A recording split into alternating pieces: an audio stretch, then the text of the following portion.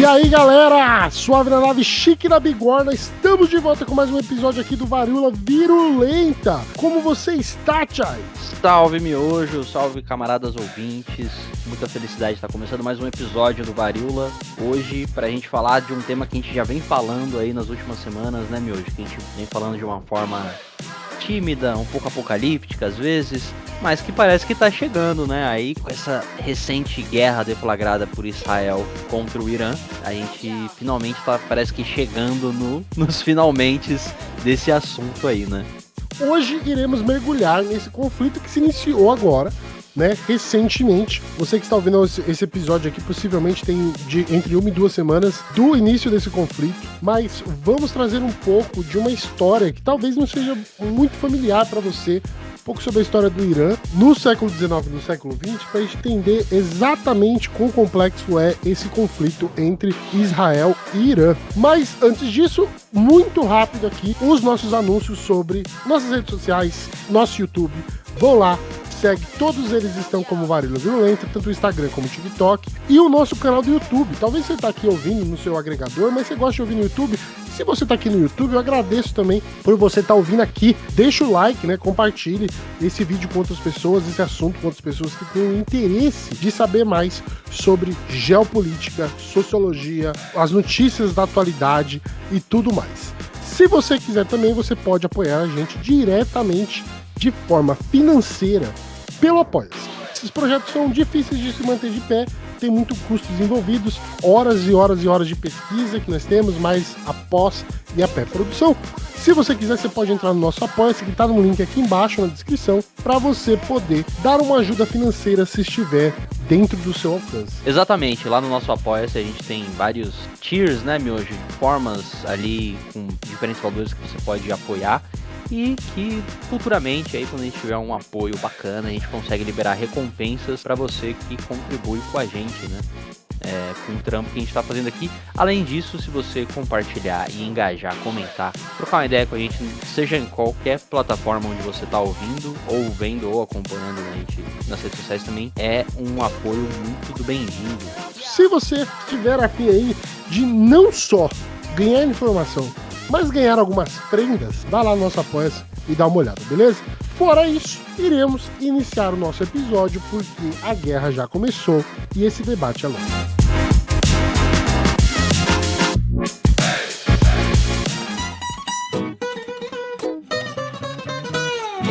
Episódio de hoje: a resposta iraniana.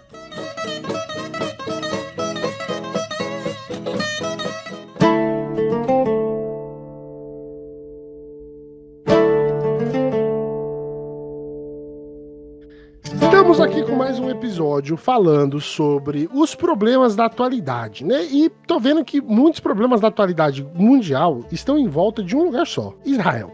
Ah, por que será, né? Por que será, né? O vitimismo planejado de uma nação que não deveria existir. Porque não deveria, né? Biblicamente, se você entender, os judeus não têm uma terra porque eles pecaram e foram expulsos de lá. Quer dizer que eles perderam, então, essa terra? Divinamente, sim. Eles foram punidos, né, por não cumprir os requisitos de Deus. E é por isso que, biblicamente, pelo Torá, eles foram expulsos e excomungados daquela região. Não porque eles são pessoas, como você dizer, vítimas, mas porque eles pecaram perante Deus, biblicamente falando. Do ponto de vista histórico, obviamente, vários impérios surgiram, tomaram conta daquela região, e teve diásporas, não só judias, mas de outras populações também. Várias diásporas que aconteceram pelo o crescimento de impérios, né? A gente pode falar do Império Otomano, a gente pode falar do Império Persa, né? Que estava ali também. E é sobre isso que iremos falar sobre hoje. Não iremos entrar em detalhes. Se vocês quiserem um podcast nosso só sobre a Pérsia e as suas influências no Oriente Médio, durante séculos, né? Porque a Pérsia é um dos impérios mais antigos que existiu no planeta. Você escreve aí nos comentários, né? Coloca lá, pô, seria da hora no Império Persa e tal, pro Varíola Virulenta História, né? Que a gente faz aqui. Então, se você tiver esse interesse, já manda lá. Mas esse episódio a gente vai focar no período mais recente do século XIX e século XX para chegar nos acontecimentos atuais. Então, Vamos começar ali no finalzinho do século XIX, aonde o Irã ainda era chamado de Pérsia, né? Que era governado pela dinastia Qajar, que era um reinado em declínio, que já estava ali, né? Cada vez mais vulnerável pelo o Ocidente, principalmente para a Europa ali, com a Grã-Bretanha e a Rússia, que influenciavam na região e deixava claro que eles estavam perdendo o controle da região do Oriente Médio. Isso despertou um crescente sentimento de nacionalismo entre os intelectuais da Pérsia e da população no geral. Eles viram a ingerência ali estratégica como uma ameaça à soberania do povo e à sua identidade cultural milenar.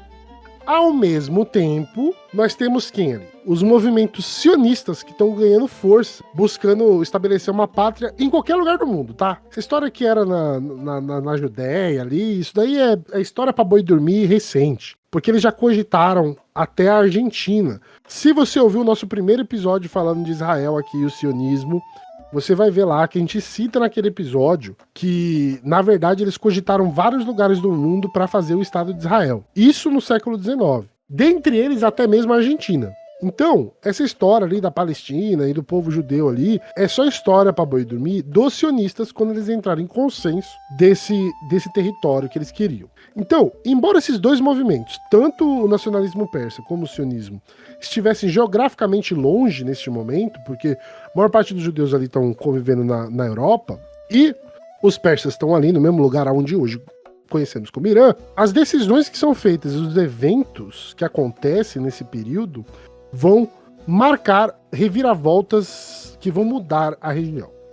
Então vamos falar ali no início do século XX, houve a Revolução Constitucional Persa, que aconteceu entre 1905 a 1911. Esse movimento foi marcado a buscar limitar o poder absoluto do monarca e estabelecer um parlamento. Eles estavam basicamente nesse todo processo internacional, né?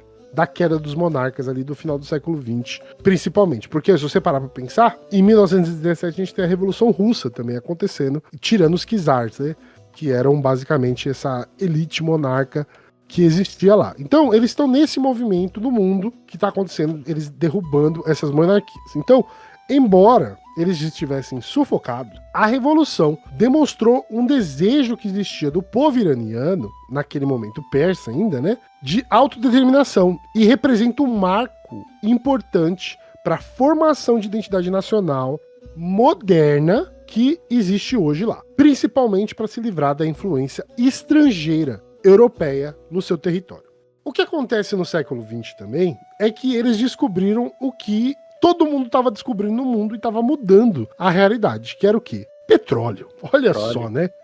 Oriente Médio e petróleo são coisas que andam junto. Então, eles descobriram petróleo ali no território, porém, a Grã-Bretanha, especialmente a Grã-Bretanha, com aquela organização que eles chamavam Anglo-Persian Oil Company, começou a controlar a riqueza do país que era produzida através do petróleo. E isso, claramente, gerou um sentimento de insatisfação dentro do país. Então, você tem as figuras dos intelectuais e figuras políticas que estão clamando, né, de volta o controle desse recurso natural que estava gerando riquezas, né, mas não para os persas. Ao mesmo tempo, eu vou andar junto aqui, né, do que está acontecendo na Palestina e está acontecendo lá, acontece o quê?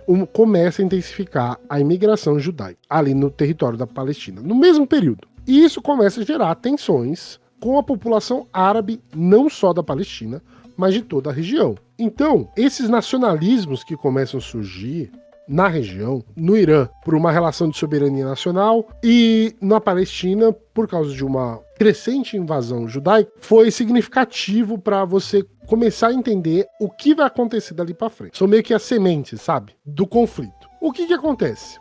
O Império Otomano, ele cai depois da Primeira Guerra Mundial. E depois disso, são criados mandatos britânicos e franceses no Oriente Médio para redesenhar o mapa da região. Basicamente a mesma coisa que eles fizeram na África, que a gente também já citou aqui em episódios passados, especialmente no episódio chamado Quem é Ibrahim. Lá a gente fala sobre isso, né, que a Europa basicamente pegou uma régua e dividiu a África.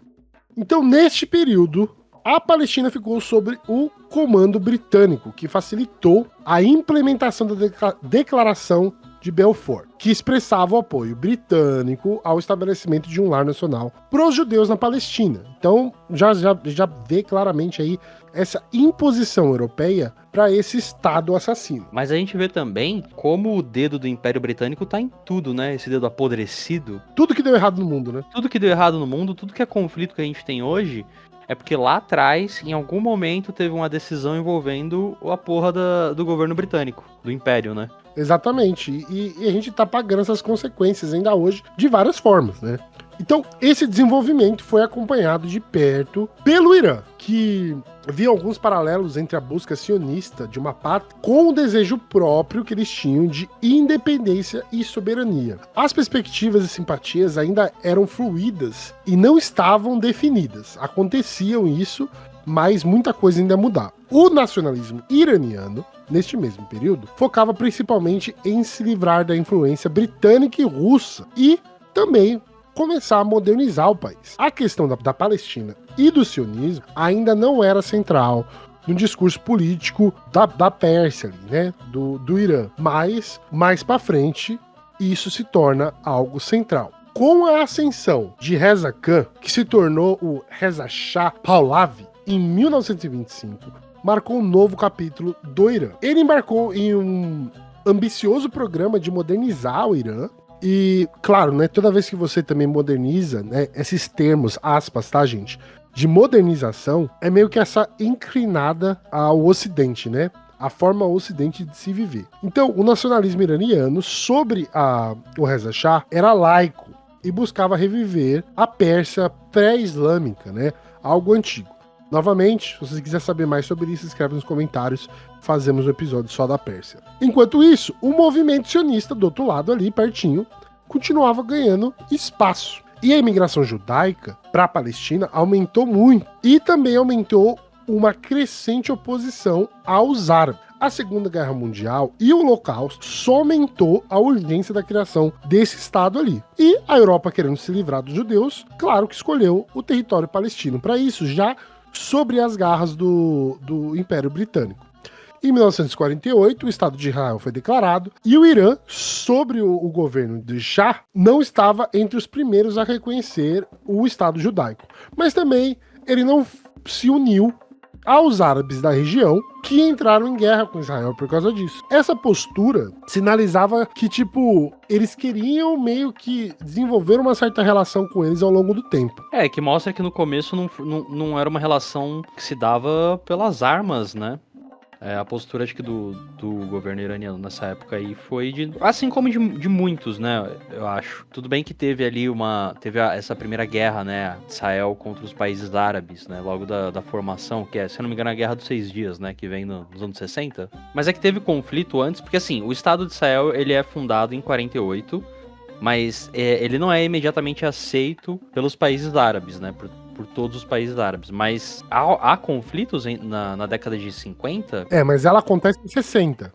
Ela acontece só em 60, mas também é aquilo, né? O que a gente não fala dessa guerra é que parece que foi uma guerra de Israel contra os países árabes, o que de fato foi, mas ela foi uma guerra iniciada por Israel, com essa ideia do ataque preemptivo, né? Olha lá, eles estão querendo me atacar, eu ataco o primeiro, né? Que é basicamente o que define a política militar deles. E isso meio que pega os países desprevenidos, porque ele tava ali aquele clima se gerando de guerra, né? Mas ninguém esperava que Israel fosse dar o primeiro ataque, né? O que acontece no que o Chay tá citando aqui, gente, na Guerra de 6 Dias, ela acontece do dia 5 a 10 de junho de 67. E esse conflito era iniciado entre o Egito, a Síria, Jordânia e Iraque, e depois entra o Kuwait, a Líbia, a Arábia Saudita, a Argélia e o Sudão. Eu tenho, talvez, Miojo, me colocado a carroça na frente dos burros, porque você tava falando de 48, né? Mas em 53 teve um golpe de Estado, não foi? Você tava chegando nessa parte. Teve um golpe mais pra frente. Vamos chegar lá. Uhum. Então a gente tem essas duas potências não árabes na região tendo controle, que é o Irã, que naquele momento era um Estado laico, e Israel, que não é um Estado laico, né? Ele é um Estado teocrático, compartilhando muitos interesses ali na região. Então, ambos viam o nacionalismo pan-árabe, liberado por figuras como o Gamal Nasser do Egito, que representava uma ameaça à influência regional. E essa ameaça foi percebida em comum pelos dois países, e isso meio que criou uma aliança não declarada entre Israel e o Irã. E o que acontece? Eles fizeram vários tipos de cooperação, dentre eles econômicas com a venda de petróleo e também de inteligência. Embora não houvesse abertamente esses laços diplomáticos entre os dois, a política nos bastidores aconteceu de forma muito firme entre os dois países. Essa aliança era controversa naquela região e não era popular, principalmente no Irã. A maioria da população iraniana, que é predominantemente muçulmana, simpatizava com a causa palestina, porque eles também eram muçulmanos e viam o crescente preocupação, a expansão de Israel na região. O Shah, o líder do Irã, com sua postura, pró-ocidental e com laços em Israel, alimentava os setores da sociedade, especialmente o clero xiita, que possuía uma visão profundamente religiosa e anti-sionista. O que acontece aqui? O grande erro do Shah, nesse momento, foi que para ele se manter no poder, ele teve que fortalecer as figuras religiosas do país. Durante esse processo, ele começou a ver que ele ia se fuder. Ele não só faz isso, mas, como já citado no começo desse episódio, ele fortifica também os laços com a Inglaterra. E a Alemanha, eles convidam a Alemanha para construir uma usina nuclear na região, né? A Alemanha ganha um consórcio para construir, que é até da Siemens, né?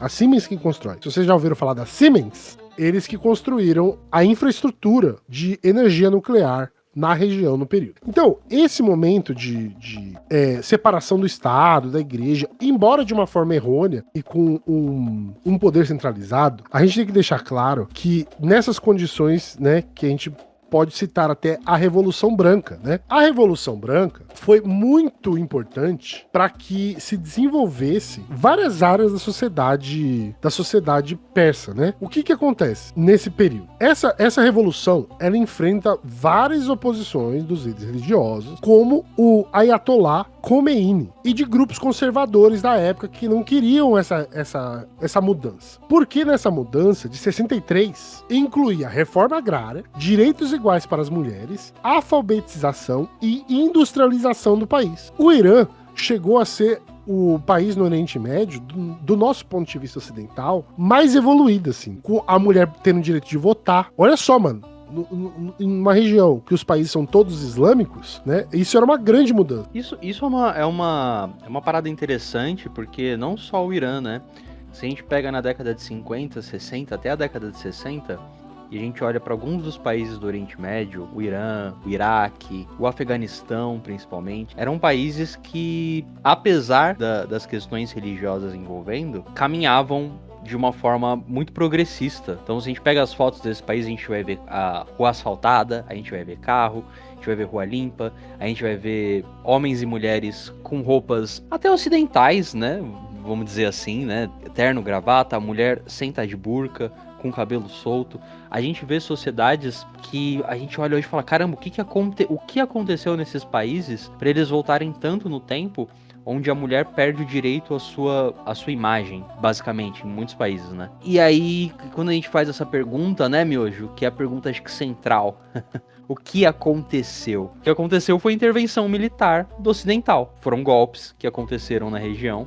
Eu acho que o Irã passou por um golpe em 53, né? Tinha um presidente que foi eleito. Em 53 eles tomam um golpe. E aí o Irã passa a ser um aliado dos Estados Unidos na região, né? Então, o que acontece? A gente começa a ver ali que os Estados Unidos sempre, né, por baixo dos panos, começa a alimentar essa insurreição ali dentro. Existe uma oposição crescente dentro da sociedade persa, em cima do Shah. E os clérigos muçulmanos não gostavam dessa ocidentalização do Irã. E essas oposições começam a surgir dentro da sociedade. Por isso que eu falo que religião e Estado são algo perigoso. Em janeiro de 78, ataques a Khomeini são desferidos pela imprensa oficial, que deram início a grandes manifestações ao apoio aos opositores exilados. E essas manifestações na rua de xiitas, elas levantam também a imagem do Ayatollah Khomeini.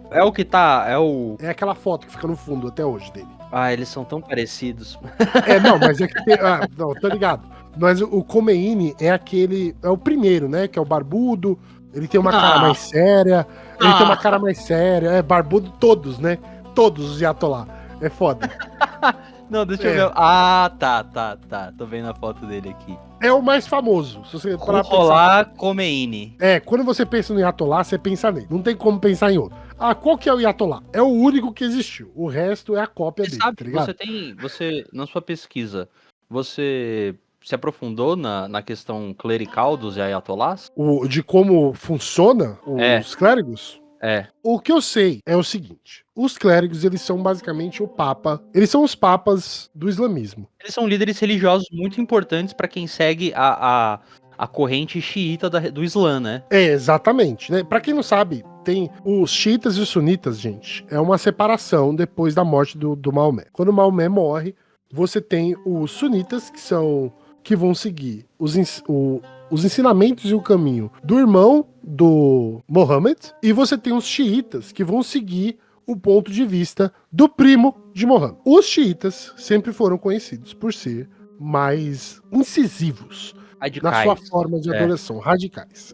Por uma ideia assim, generalizada, eu vou falar um pouco sobre os clérigos, tá? O que são os clérigos na República Islâmica do Irã? Eles são liderados pelo Ayatollah. E o Ayatollah é conhecido como líder supremo. Então o que acontece? Eles excedem a influência só política. Eles têm o domínio da organização religiosa acima da política do Estado. Então eles estão acima mesmo. Então eles controlam o exército, eles controlam, no caso do Irã hoje, a guarda, né, revolucionária, tudo está na mão dele. O sistema iraniano é uma teocracia constitucional baseada nos princípios de Velayat Faqih, ou a tutela do jurista islâmico. Essa doutrina é consolidada pelo Ayatollah Khomeini, que é o que a gente está falando agora, que é o fundador da República Islâmica, e confere ao Estado estar subjugado ao líder supremo, porque ele é a figura máxima do Estado, tanto religiosa quanto política. Atualmente, Ayatollah Ali Khamenei ocupa a posição de líder supremo, hoje, né, a figura mais poderosa do Irã, e suas decisões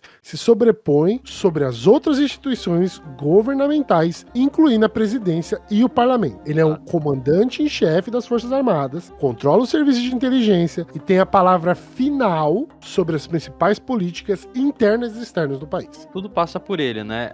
Mas o Irã também tem um regime presidencialista, né? Porque eles também têm eleições, e aí as eleições são populares, né? O povo vota nos candidatos, os candidatos são escolhidos pelo Ayatollah, tem esse controle de quem vai concorrer, então existe um controle religioso de quem vai poder concorrer, quem não vai, que é feito por esse líder supremo. Mas existem mandatos presidenciais, inclusive a gente teve, acho que foi no ano passado mesmo, que caiu o avião do presidente Ebrahim Raisi, que levantou na época, né, se era um atentado, se era uma coisa de Israel. O Irã falou que não, e até hoje essa é uma coisa meio obscura, porque é aquele episódio clássico, né, mesmo, de avião caindo na política mundial com líderes importantes. Mas aí o Irã passou por novas eleições, tem um novo presidente, que é um cara que é visto como moderado, né, ele é mais progressista, mais moderado, anti-guerra, mas que ainda assim está sob o comando do Ayatollah Khamenei. E é por isso que, na situação atual que a gente está vendo, a gente não vê muito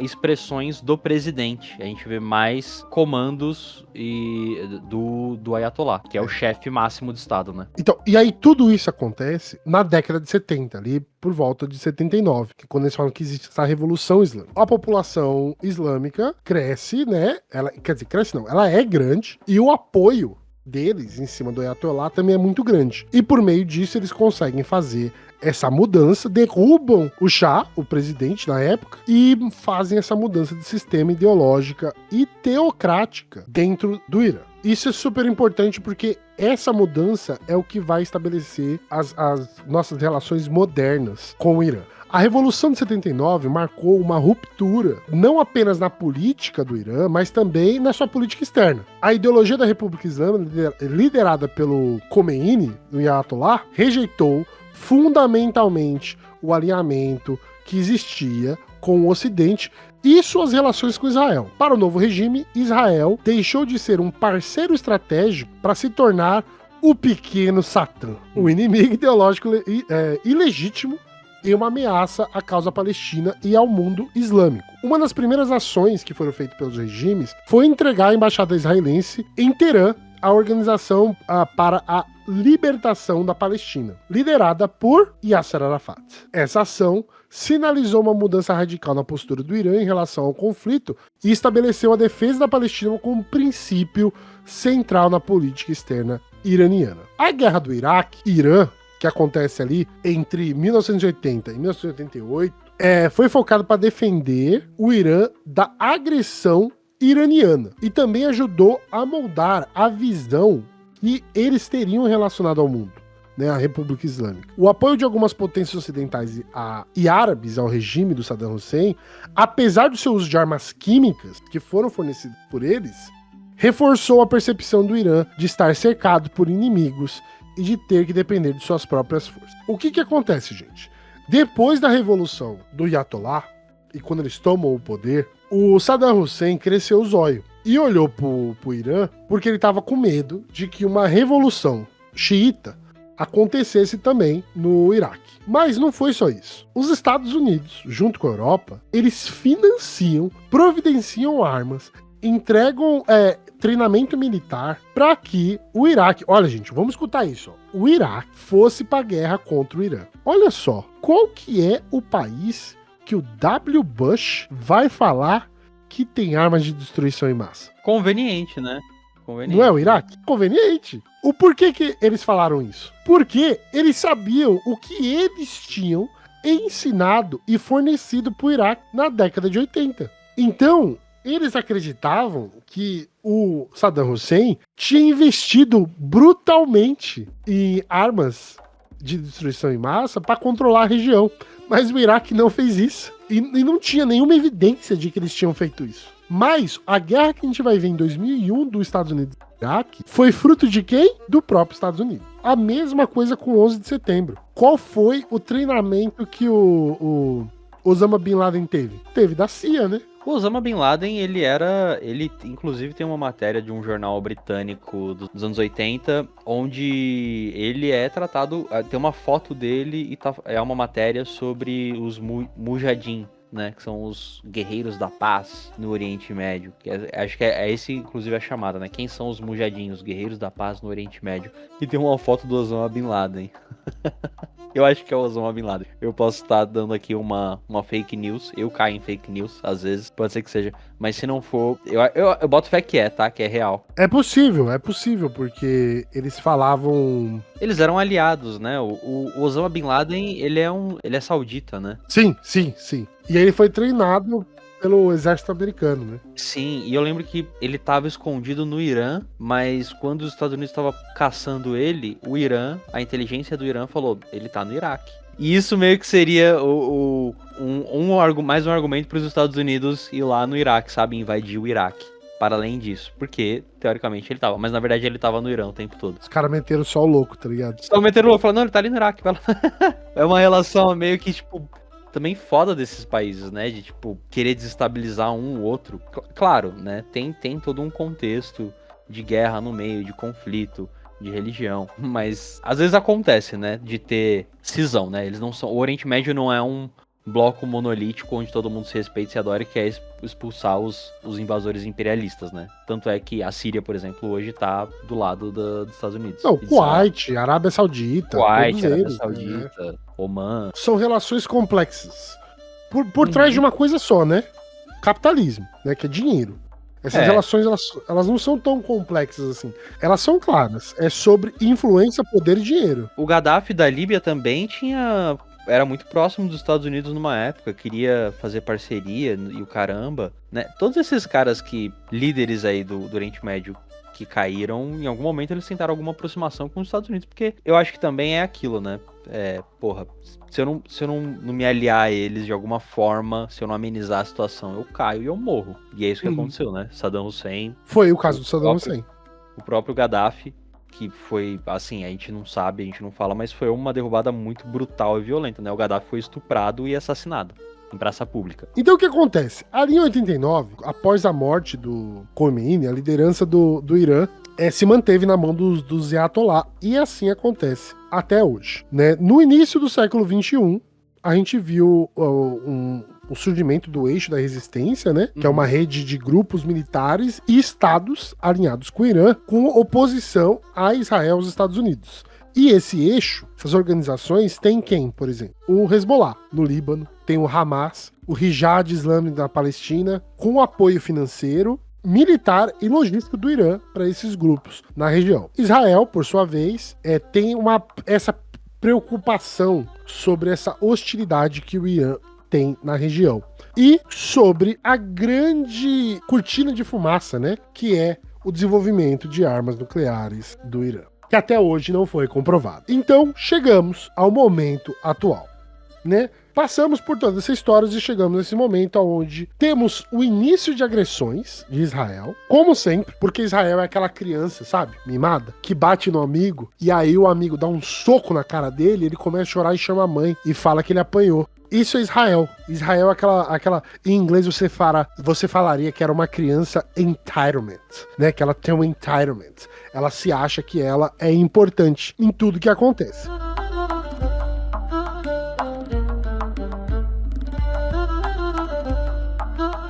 Vamos falar um pouco da década de 90 pra cá, rapidão, nesse conflito, porque Israel fala que está há meses de fazer as armas nucleares. Logo ali, é amanhã. Irã tem bomba nuclear amanhã, desde os anos 90. Do jeito que tá falando aí, parece tipo... Mano, não sei, cara. É a promessa não cumprida, né, mano? É amanhã. Tá chegando, Amanhã tá chegando. chega. É amanhã. Parece brasileiro querendo marcar encontro, né? Não, vamos marcar. É. Vamos aí, me liga depois. O desgraçado do primeiro-ministro de Israel, né? O Benjamin Netanyahu, desde a década de 90, ele fala sobre isso. Em várias ocasiões, ele já falou que o Irã estava prestes a concluir o seu projeto nuclear e criar uma bomba atômica. Ele falou isso em 91, publicamente, falou em 93, falou em 95, falou em 98, também a invasão do Iraque. Tudo que acontece lá é influência direta de Benjamin Netanyahu. E, novamente, esse discurso veio de que o Irã está perto de concluir uma bomba nuclear. Mesmo depois de especialistas militares dos Estados Unidos esse ano irem para o Irã, fazerem uma análise e voltarem em março de 2025 e falarem para o Senado o seguinte: o Irã não tem um projeto ativo de armas nucleares. Foi encerrado o programa de armas nucleares. O Irã refina urânio para geração de energia nuclear dentro do território iraniano. Essa que é a grande parada. Teve também, se não me engano, teve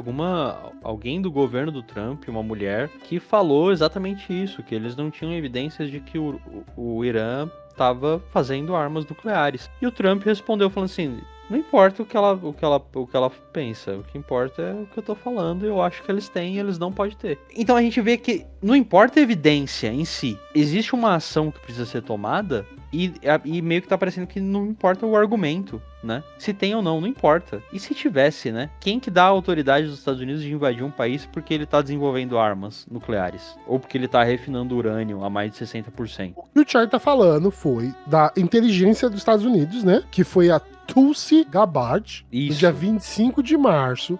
Ela fez um reporte, né? Ela falou pro Congresso sobre a inteligência estadunidense que fez o monitoramento e ela deixou bem claro que na inteligência não tinha nada de errado. O Trump essa semana falou que é mentira, né? Foda-se o que ela falou, na verdade. Não é nem que é mentira. Ele falou, não importa. O que importa é que eles não podem ter armas nucleares. Mas é exatamente esse o ponto, né? Tipo, eles não estão fazendo bomba atômica. Eles não estão produzindo isso. Agora eles têm motivo para fazer. Agora eles têm. Na verdade, eu diria até... Vamos entrar na parte de opinião. Eu acho que já tinha que ter. Quem não tem, tá vacilando, tá moscando. Tem até aquela brincadeira do choque de cultura, né? Que o pedaço de pau é a arma do diálogo. A bomba atômica é a arma do diálogo dentro de um contexto armamentista, militarista.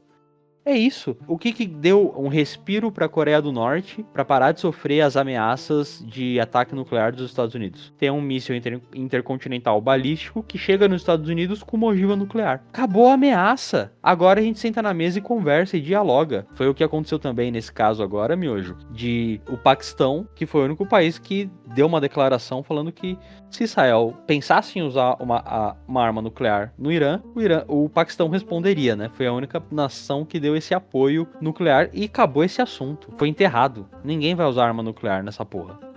Porque não há um consenso aqui. Então a gente vai para outros métodos. Então, em vez de bombardear Teherã, que nem o Trump deu a entender numa declaração que ele deu, né, falando que todo mundo tem que evacuar Teherã imediatamente, isso faz 5 dias. Quando esse episódio sair, já vai ter dado uma semana e meia. Fica uma acusação vazia. Porque eles não vão simplesmente chegar e tacar uma bomba nuclear no Irã. Não faz sentido. Isso vai gerar toda a instabilidade, é o que ninguém quer, acho que nesse cenário. E aí começa a se discutir, então, vamos explodir as instalações nucleares do Irã. E aí vamos bombardear essas regiões, então, para não ter... O que também é um problema muito grande, né? Você bombardear uma instalação nuclear, que você pode causar um acidente nuclear fudido, igual foi Chernobyl, né? Tem vários problemas aí, mano. Tem vários. Mas como eles estão cagando pro povo árabe, eles estão pouco se fudendo, Israel, né? Ó, pra vocês terem uma ideia, gente, a gente tá gravando hoje no dia 20 de junho. Essa é a data da gravação. Então, quando você estiver ouvindo esse episódio, possivelmente muita coisa já aconteceu. Nesse exato momento, há 20 minutos atrás, pra vocês terem uma ideia, como a gente tá atualizado nas notícias aqui, o Irã já deixou claro que não vai mais discutir o seu programa nuclear com ninguém enquanto Israel estiver atacando. E tá certíssimo. Tá certo, porque o que aconteceu? Tinha uma conversa pra acontecer. Se eu não me engano... Eles começaram o ataque na sexta, eles tinham uma conversa diplomática marcada pro domingo. Dos Estados Unidos com o Irã. O que Israel fez? Cagou e matou as pessoas que estavam envolvidas na conversa da parte do Irã, né? Não só isso, assassinou essas pessoas, e aqui tem um ponto muito interessante pra gente notar. Quem tá acompanhando o genocídio na Palestina já notou há muito tempo isso, mas que é a precisão dos ataques que Israel fez contra o Irã.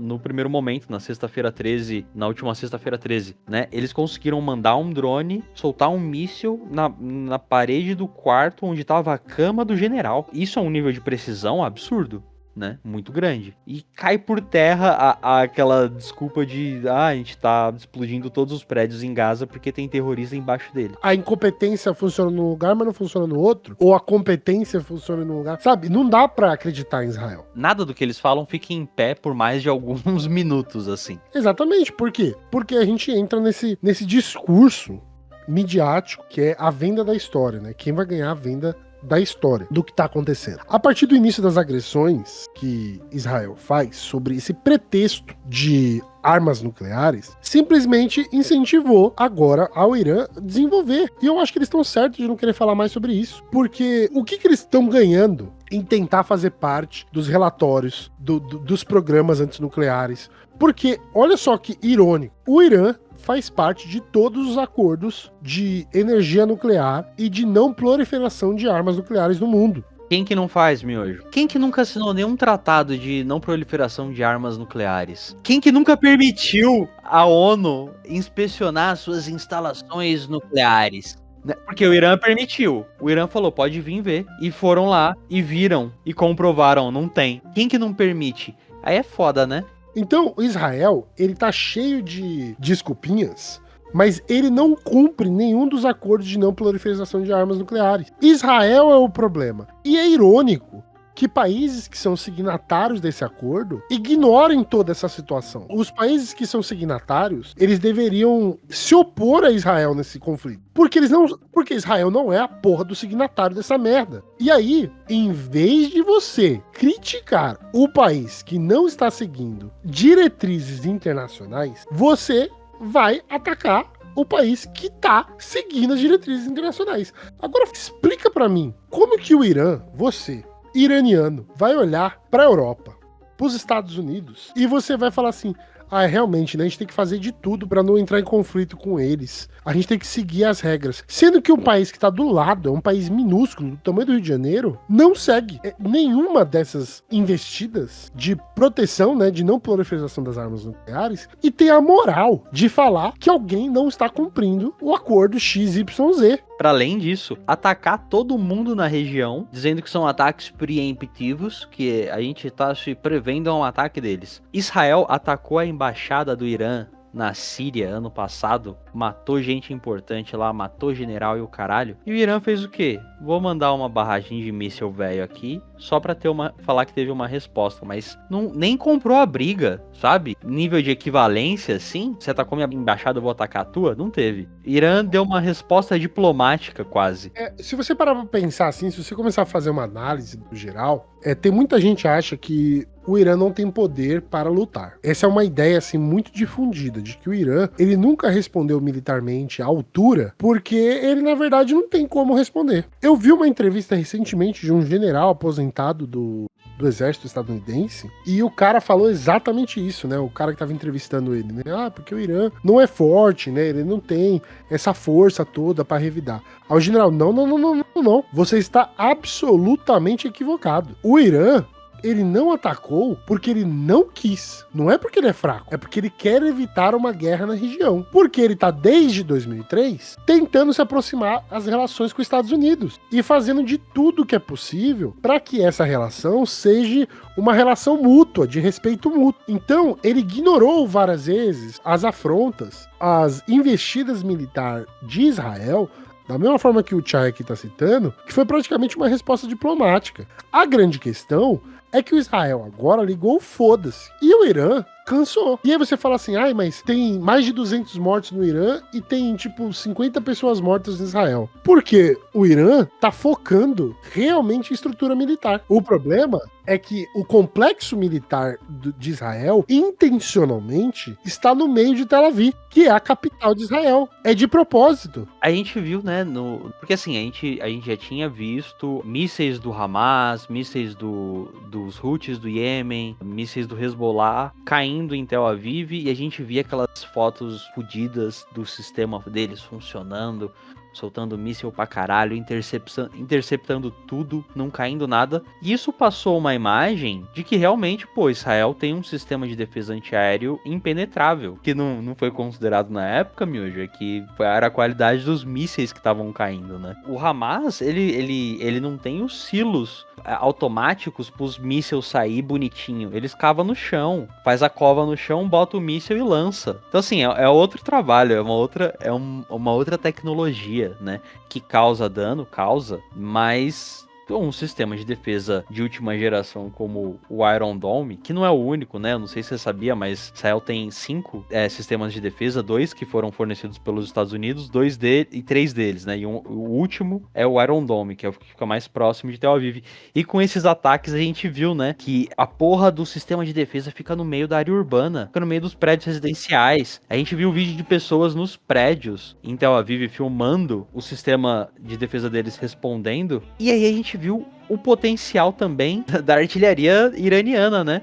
Que não é esses míssil velho do Hezbollah ou do Hamas. Eles usaram simplesmente um míssil hipersônico, que não há sistema de defesa antiaéreo no mundo capaz de parar um míssil hipersônico. E a gente viu por quê, né? Eles estavam brigando com quem? Eles estavam brigando com os pobres da região, né, mano? E agora, a brincadeira não é mais com o povo que tá cavando buraco pra soltar míssil. É uma estrutura militar. Você não tá brigando com milícia, você não tá brigando com um país que tá quebrado, fudido de guerra civil, você não tá atacando mulheres e crianças, você tá enfrentando um exército moderno, tão tecnológico quanto o seu. Tudo bem que o exército iraniano tem ali vários... Não é o mais moderno e fudido do mundo, mas, porra, os mísseis hipersônicos que a gente viu, Fatah 1, meu irmão, aquilo ali é brincadeira. E essa foi a tática do Irã, né? De lançar vários mísseis velhos pro sistema de Israel se confundir, pegar os velhos, e no meio vem 2, 3 hipersônicos que atinge o alvo militar preciso. E aí, nesse meio, obviamente, vai cair um num prédio, vai cair num... E Israel não pode nem reclamar, né? Porque eles destruíram todos os 200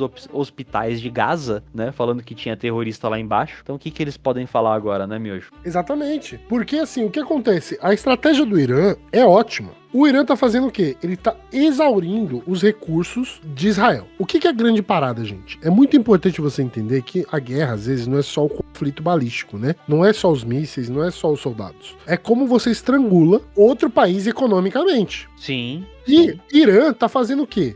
tá usando mísseis baratos assim, pra gente que é pobre, né, é muito dinheiro, mas ele tá usando uns mísseis de $200 mil. A matemática aí me quebra, me parte o coração, ó.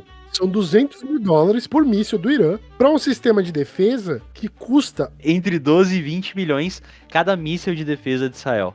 Então, a grande parada é que o Irã, ele tá cagando, mano. Hoje eu vi uma notícia que eles têm, eu não consigo lembrar a fonte, eu acho que foi no G1, eles têm só mais 10 ou 9 dias de defesa. Depois disso, eles vão precisar que os Estados Unidos mande mais. Que eles já estão meio que organizando para isso com as ofensivas que eles estão fazendo na Europa. Mas isso não vai adiantar de muita coisa, porque se o Irã continuar atacando dessa uma forma inteligente, os custos dessa guerra vão ser elevadíssimos e não vai ter muito que possa se fazer. Economicamente, o Irã tá ganhando, assim, de lavada. Mas tem uma questão, né, Miojo? Hoje é dia 20 de junho e a gente tem também informações de... Assim, o Trump disse que em 2 semanas ele decidiria se os Estados Unidos ia entrar na guerra ou não. Mas, ao mesmo tempo, a gente já sabe que tem movimentações militares, tanto dos Estados Unidos quanto da Grã-Bretanha, na região, com aqueles porta-aviões,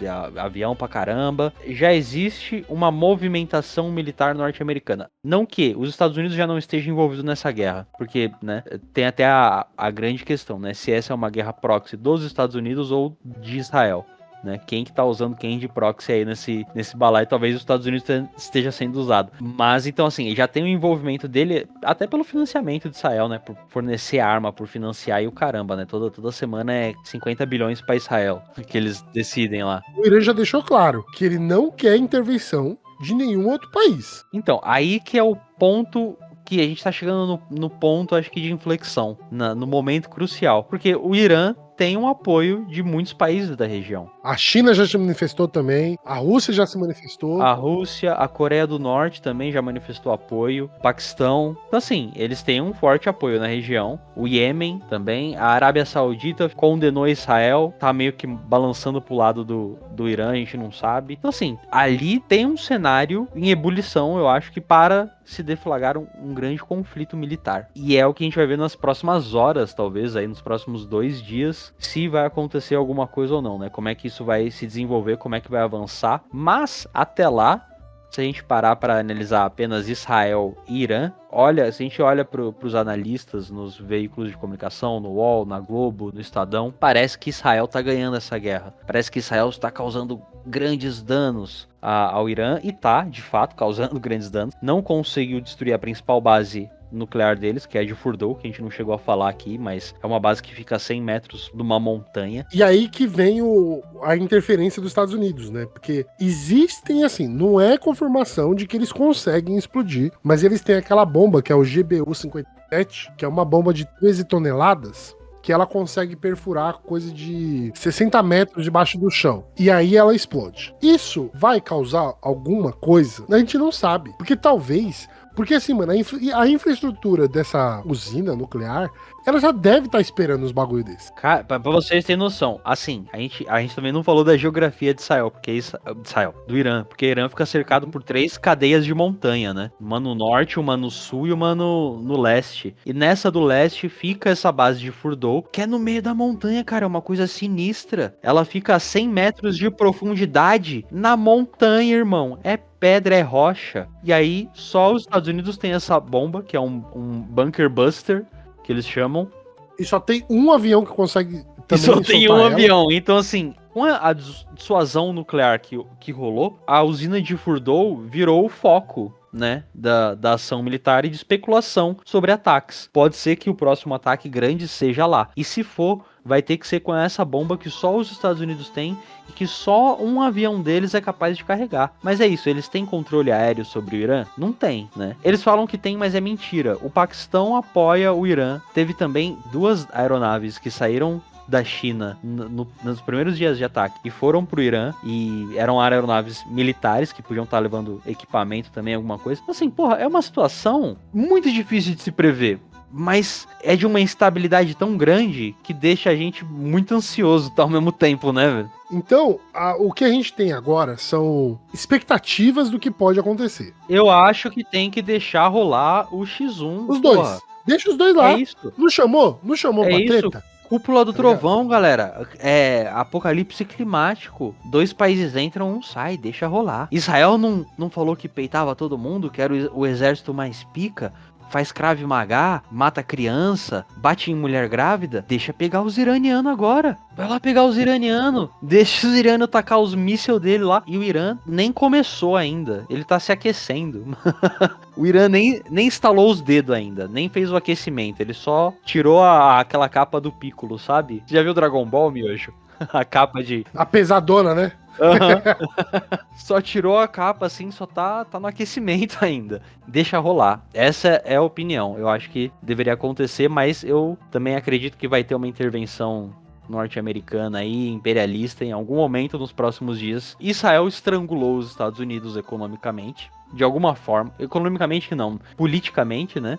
Estrangulou os Estados Unidos. E os Estados Unidos é a puta de Israel e vai fazer o que eles querem. Então, assim, eles vão entrar nessa guerra de uma forma ou de outra. Então, porque daqui pra frente é só pra trás. E a grande questão é que Israel não se garante. O Israel, ele só tá nesse rolê porque ele acredita fielmente que os Estados Unidos vai estar lá dar apoio. Gente, os Estados Unidos vai dar apoio? Vai. E tem um motivo pra isso. O motivo é que os Estados Unidos, a política estadunidense, é financiado por um grupo de Israel chamado AIPAC. A gente precisa fazer um episódio só sobre isso, mas essa que é a grande realidade. A grande realidade é que Israel governa os Estados Unidos, porque eles financiam as campanhas políticas de todo mundo ali. E isso é uma outra questão muito mais complexa que a gente pode abordar em outro episódio, que é sobre a AIPAC. Você pode pesquisar aí sobre essa organização lobista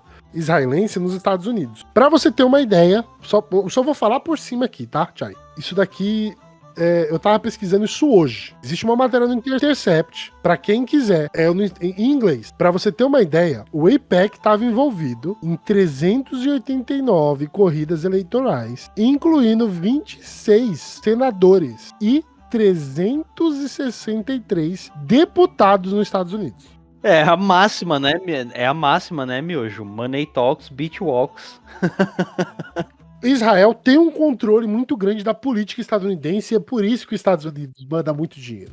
Mas, vou deixar bem claro aqui, só para vocês terem uma noção, hoje os Estados Unidos não têm força política com as pessoas, com a população, para querer fazer um investimento bilionário em Israel. A população dos Estados Unidos não vai aceitar que eles enfiem dinheiro em Israel numa guerra, e muito menos se comprometer com uma guerra. A opinião pública dos Estados Unidos não está a favor disso. Por quê? Porque a inflação tá alta, a condição de vida tá precária e as pessoas querem mudanças. Se Trump tentar fazer isso sem apoio popular, eu acho que teremos um problema nos Estados Unidos. Teremos um problema nos Estados Unidos e no mundo, né, meu? Não tem como.